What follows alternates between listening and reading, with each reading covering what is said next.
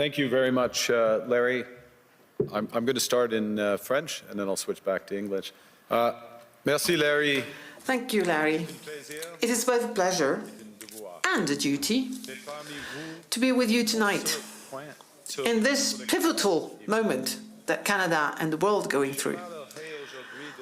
Today I will talk about a rupture in the world order, the end of a pleasant fiction and the beginning of a harsh reality, where geopolitics, where the large main power geopolitics is submitted to no limits, no constraints. On the other hand, I would like to tell you that the other countries, especially intermediate powers like Canada, are not powerless.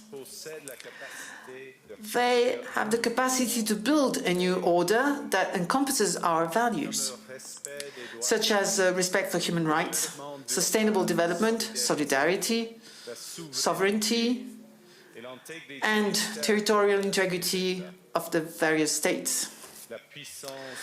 The power of the less power starts with honesty.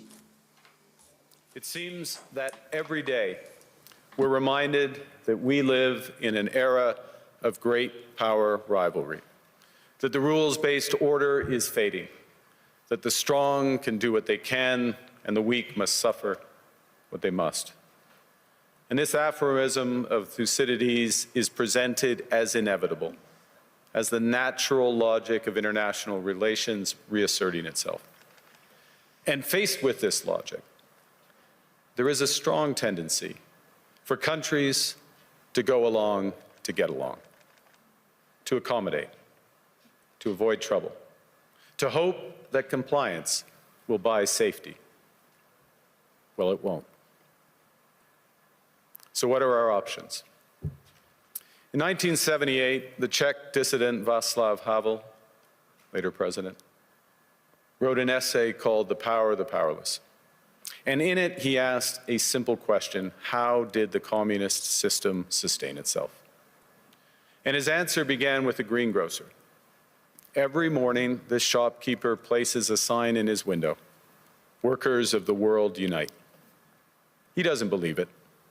No one does. But he places the sign anyway to avoid trouble, to signal compliance, to get along. And because every shopkeeper on every street does the same, the system persists. Not through violence alone, but through the participation of ordinary people in rituals they privately know to be false. Havel called this living within a lie. The system's power comes not from its truth, but from everyone's willingness to perform as if it were true. And its fragility comes from the same source. When even one person stops performing, when the greengrocer removes his sign, the illusion begins to crack. Friends, it is time for companies and countries to take their signs down. For decades,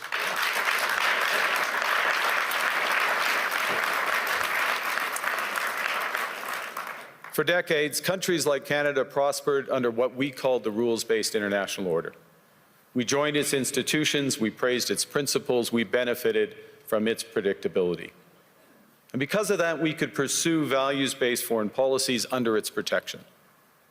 We knew the story of the international rules-based order was partially false, that the strongest would exempt themselves when convenient, that trade rules were enforced asymmetrically. And we knew that international law applied with varying rigor depending on the identity of the accused or the victim. This fiction was useful, and American hegemony in particular helped provide public goods, open sea lanes, a stable financial system, collective security, and support for frameworks for resolving disputes. So we placed the sign in the window. We participated in the rituals, and we largely avoided calling out the gaps between rhetoric and reality. This bargain no longer works. Let me be direct. We are in the midst of a rupture, not a transition. Over the past 2 decades, a series of crises in finance, health, energy, and geopolitics have laid bare the risks of extreme global integration. But more recently, great powers have begun using economic integration as weapons. Tariffs as leverage, financial infrastructure as coercion, supply chains as vulnerabilities to be exploited. You cannot live within the lie of mutual benefit through integration when integration becomes the source of your subordination. The multilateral institutions on which the middle powers have relied, the WTO, the UN, the COP, the architecture, the very architecture of collective problem solving are under threat. And as a result, many countries are drawing the same conclusions, that they must develop greater strategic autonomy in energy, food, critical minerals, in finance and supply chains. And this impulse is understandable. A country that can't feed itself, fuel itself, or defend itself has few options. When the rules no longer protect you, you must protect yourself. But let's be clear-eyed about where this leads. A world of fortresses will be poorer, more fragile, and less sustainable. And there's another truth. If great powers abandon even the pretense of rules and values for the unhindered pursuit of their power and interests, the gains from transactionalism will become harder to replicate. Hegemons cannot continually monetize their relationships. Allies will diversify to hedge against uncertainty. They'll buy insurance, increase options in order to rebuild sovereignty. Sovereignty that was once grounded in rules but will increasingly be anchored in the ability to withstand pressure. This room knows this is classic risk management.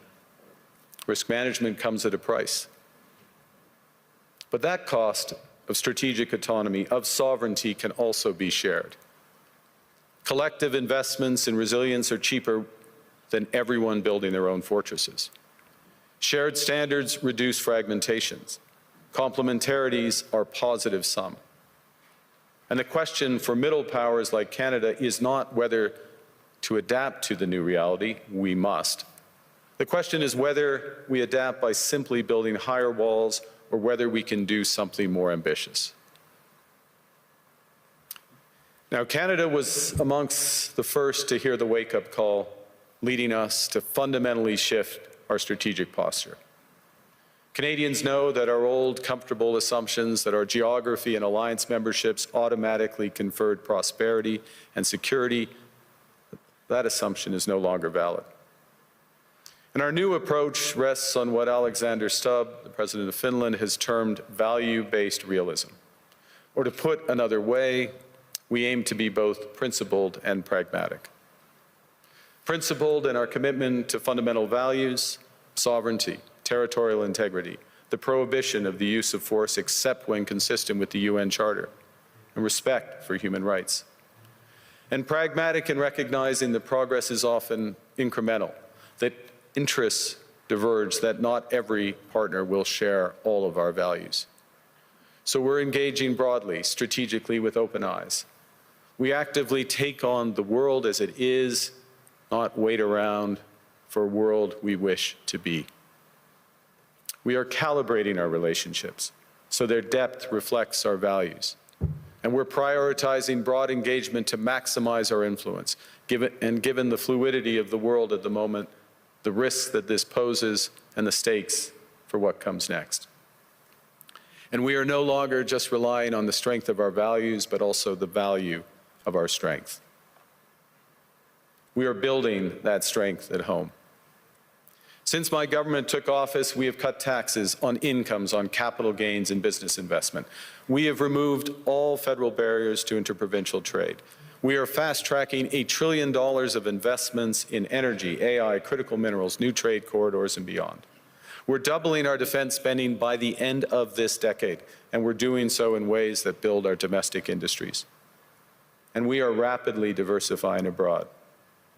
We've agreed a comprehensive strategic partnership with the EU, including joining SAFE, the European Defence Procurement Arrangements. We have signed 12 other trade and security deals on 4 continents in 6 months. The past few days, we've concluded new strategic partnerships with China and Qatar. We're negotiating free trade pacts with India, ASEAN, Thailand, Philippines, and Mercosur. We're doing something else.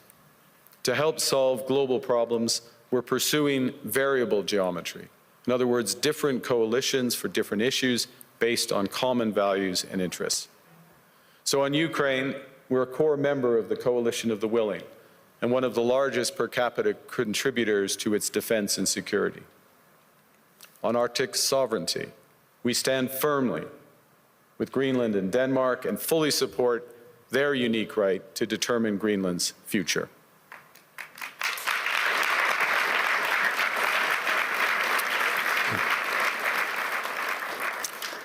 Our commitment to NATO's Article 5 is unwavering.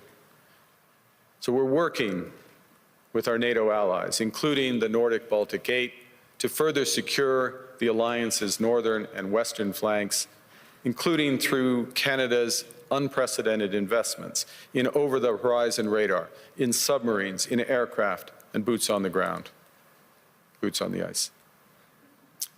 Canada strongly opposes tariffs over Greenland and calls for focused talks to achieve our shared objectives of security and prosperity in the Arctic. On plurilateral trade, we're championing efforts to build a bridge between the Trans-Pacific Partnership and the European Union, which would create a new trading bloc of 1.5 billion people. On critical minerals, we're forming buyers' clubs anchored in the G7 so that the world can diversify away from concentrated supply.